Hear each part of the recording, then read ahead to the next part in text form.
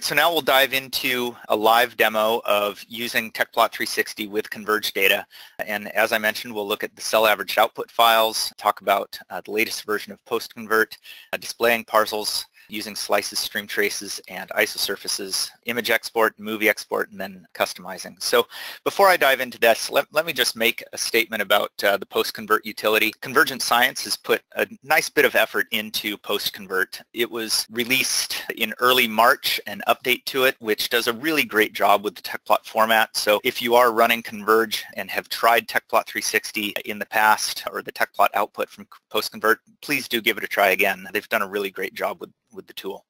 We'll jump into TechPlot360, and for those of you that haven't seen TechPlot360 before, I'll give you just a quick little tour. When you first start TechPlot360, you have what we call the welcome screen with links to all of our documentation and online resources.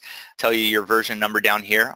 On the left side, we call this the plot sidebar, which will have more information once I load a data set. We have pages, so think of pages like a worksheet in Excel or a tab in Chrome. You can have multiple pages in TechPlot360. We have here what we call our quick macro panel. So if you have any custom scripts that you want to run, you can access them very easily. And then down here, probing, if you need to find information about your data set, it's available there. So we'll start with loading a cell averaged output file. And we'll open emissions.out. Now to open this file, we're going to use our general text loader. So we'll just select that to instruct TechPlot to use that specific loader.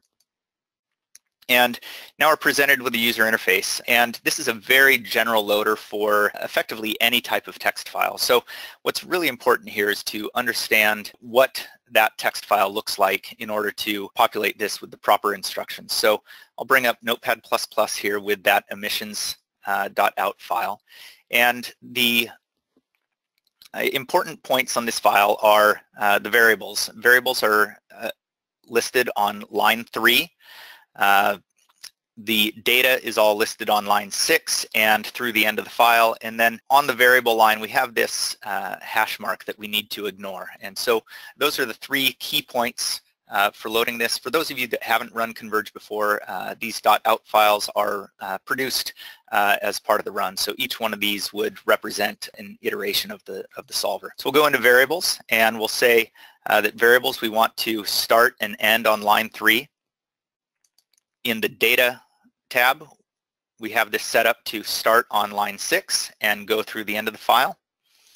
And then in general data filters, we're going to say ignore columns in position 1. So that's how we ignore that hash mark. And if I want specific variables to load, I can go back into that variables dialog and say select variables to load.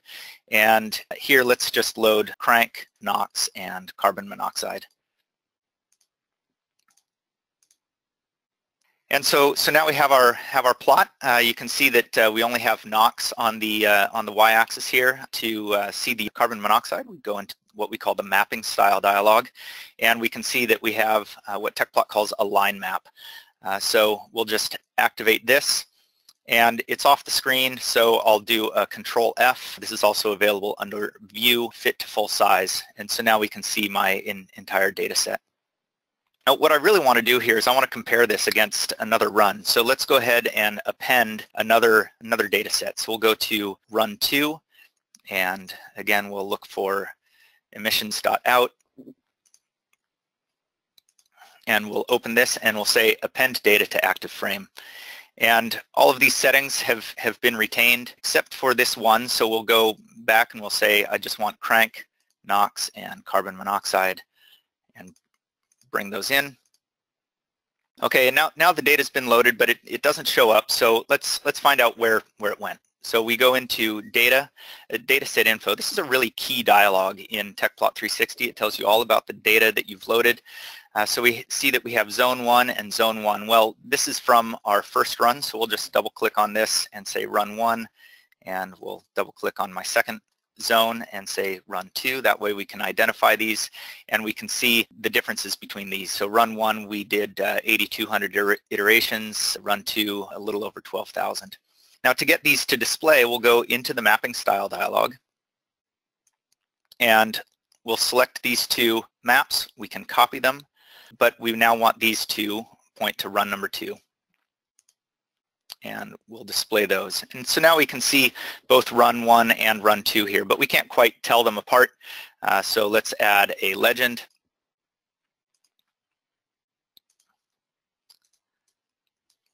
And then we'll rename these to include the zone name in there to help identify them.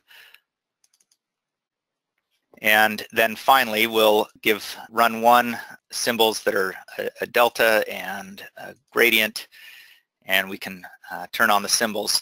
Because there were so many iterations, the symbols are quite dense, so we can set up the symbol spacing. I like my symbols a little smaller and filled with the line color. And so now we have a really nice plot comparing. I just double-clicked on that. We'll move this over, and we have now a really nice plot showing the differences between run 1 and run 2. So what I'm really trying to get across here in this plot is that TechPlot does have a lot of control over line plots and really helps you create nice production quality plots that you can be proud of when you put into a paper or communicate with your colleagues. If you do need to share this outside of TechPlot, we do have some very nice export tools, in particular for line plots using the vector-based outputs such as PostScript or WMF make really, really nice plots when you put those into papers or into PowerPoint. Okay, so that covers line plots. So we'll just rename this page here to emissions, and let's add a new page and load some additional data. So here we're going to move on to working with parcel information. So we'll go back into run 1 and output. We're going to select our TechPlot PLT loader. Now I've already run PostConvert to convert the CONVERGE output to TechPlot format, and so we can just select all of these and hit open, and you see that opened fairly quickly. So what does this represent here? If we go to the Dataset tab, we have a total of 93 million elements spread over about 145 time steps. So quite a lot of data loaded very quickly into TechPlot. You'll notice one of the nice things that Convergent Science has done with the PostConvert utility is solution time this is actually your crank angle. And one of the first things that users have asked me is, how do I get that crank angle on the plot? Well, simple way to do that is using our text insert tools, and we have what we call dynamic text. So we'll just say CA and then use solution time. And as we step through, you can see this updates. Now the formatting is a little bit longer than I want, so we can do some formatting here to shorten the string. So quite a lot of flexibility in how you can add text and format it. Now, I talked about macros and customizing. If you don't want to have to remember that, you can register a macro on our quick macro panel here. And so I can just double click, and you can see that that added a piece of text. So if you're doing some of these actions all the time, using this quick macro panel can be a really nice way to customize your workflows.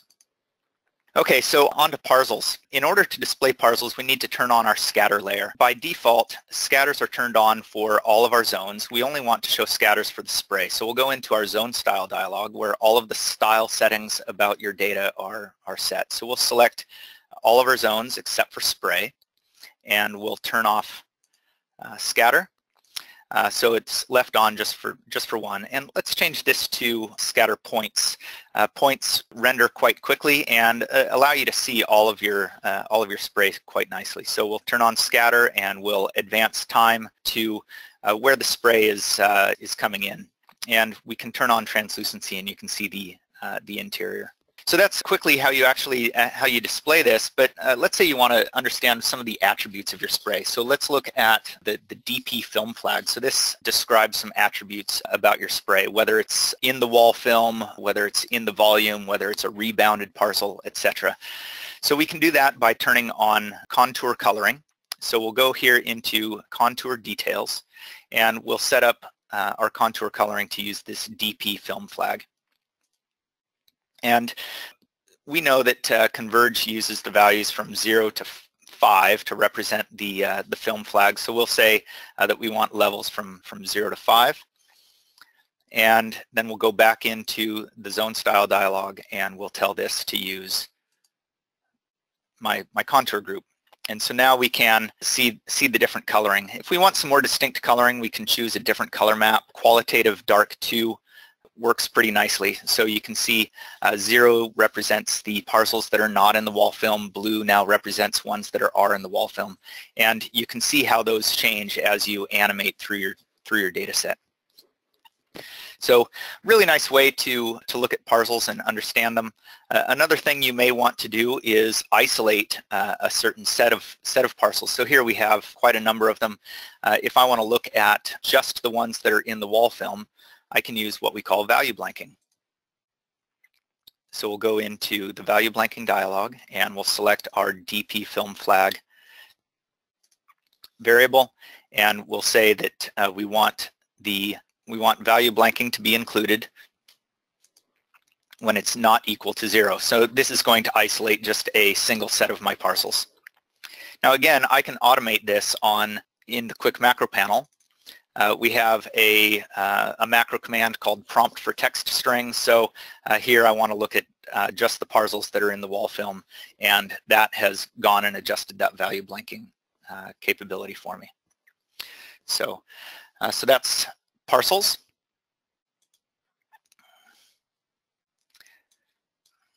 And now let's add a new page. Well, let's rename this first to, we'll just call this spray. And we can add a new, yet another page. And here we'll just flip to 3D. So now what this has done is it's shared the data set with that previous page. So we haven't actually loaded another data set. We're using shared memory in this case.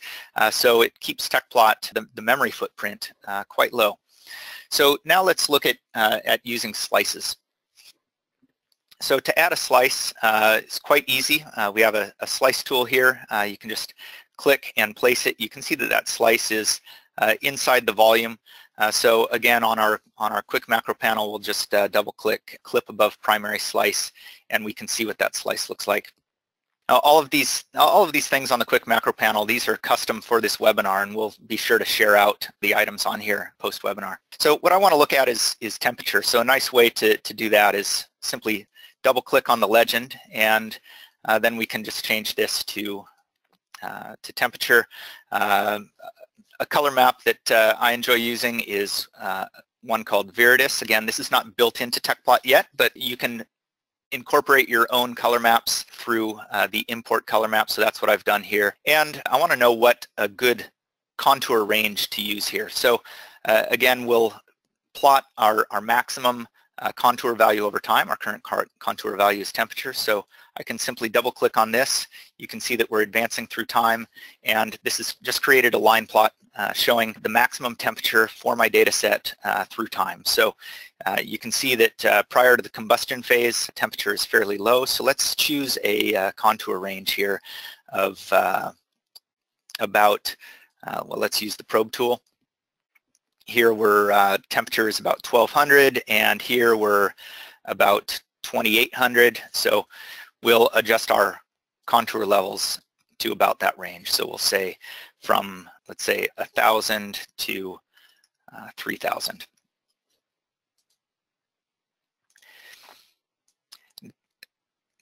TechPlot gives you the ability, a lot of flexibility in how you want the layout of your frames. So what I'm dealing with here is a multi-frame layout. So I have one with a 3D plot, and as we've said before, we have multiple pages as well. So I like this view of my data. You know, one of the really important things for people using Converge is that it uses an adaptive mesh refinement. So this is the first time you've seen your mesh when you bring in your data, and if you want to put a mesh on your slice, you can see what the mesh looks like that Converge has created. So if we get a little bit closer to crank angle 0, where combustion is occurring, you can see how Converge has refined that mesh, and what a nice job it's done.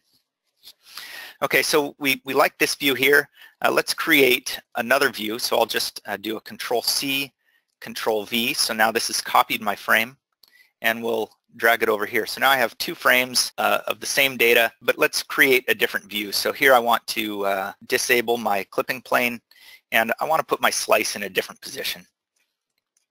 I want to get it aligned right here with the valves. So we'll choose the slice tool again. I'm going to hit Y on the keyboard to make it Y aligned, and you can see how we got it right there aligned with the valves. Then we'll just put it in a planar position. We'll turn off shade, and so now I can see my slice in this position here.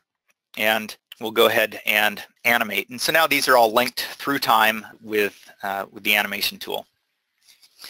So a really nice way to create a multi-frame layout that communicates a lot about your data very, very quickly.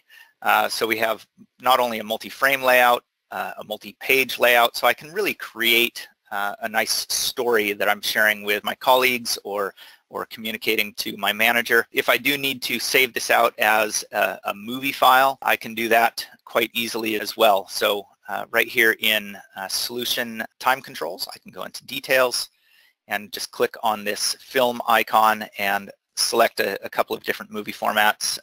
MPEG-4, AVI are probably your best bets for the movie formats. Anti-aliasing with a super sample factor of 3 makes for really nice crisp lines and really nice crisp text, and you can also enter the width. So let me just show you an animation that I produced with an earlier layout.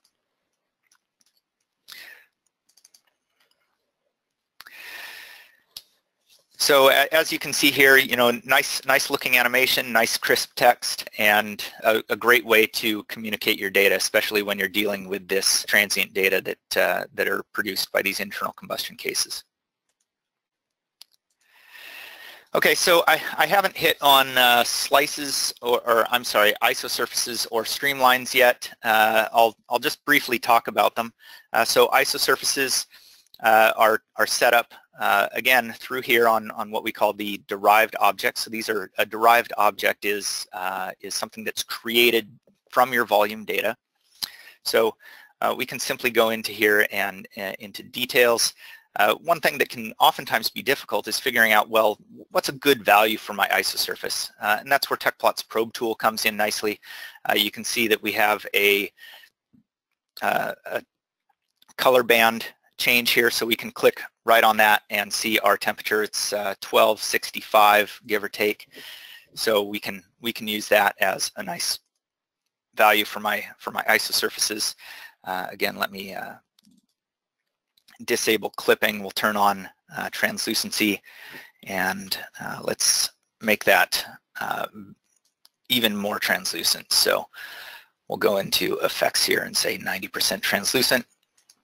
And so now you can see your isosurface in that volume quite nicely. So using the probe tool is a great way to figure out a good candidate value for isosurfaces. Stream traces. We have a couple of different types of stream traces. Volume lines, so that's just a line that's going to go through your volume. Volume rods and volume ribbons are also very nice ways to display your streamlines. So let's grab a ribbon, and we'll place a streamline right here. So very easy to place streamlines in your data set just with point and click. If you have very specific locations, you can also define those by entering XYZ positions, etc. Okay, so Python, I've shown a couple of these capabilities that we put on the quick macro panel. Python, with the Python toolkits, PyQt, you can actually create custom user interfaces. So here, it took me about a few hours to write this custom user interface using the Python language, and this has a lot of these capabilities that you have right here on the quick macro panel as well. So again, if I want to show the crank angle or show RPM, just single click. If I want to jump to a specific crank angle, I can do that right here. So really, I'm centralizing a lot of the capabilities that you as a Converge user might need in one nice, easy to use dialog using the Python language.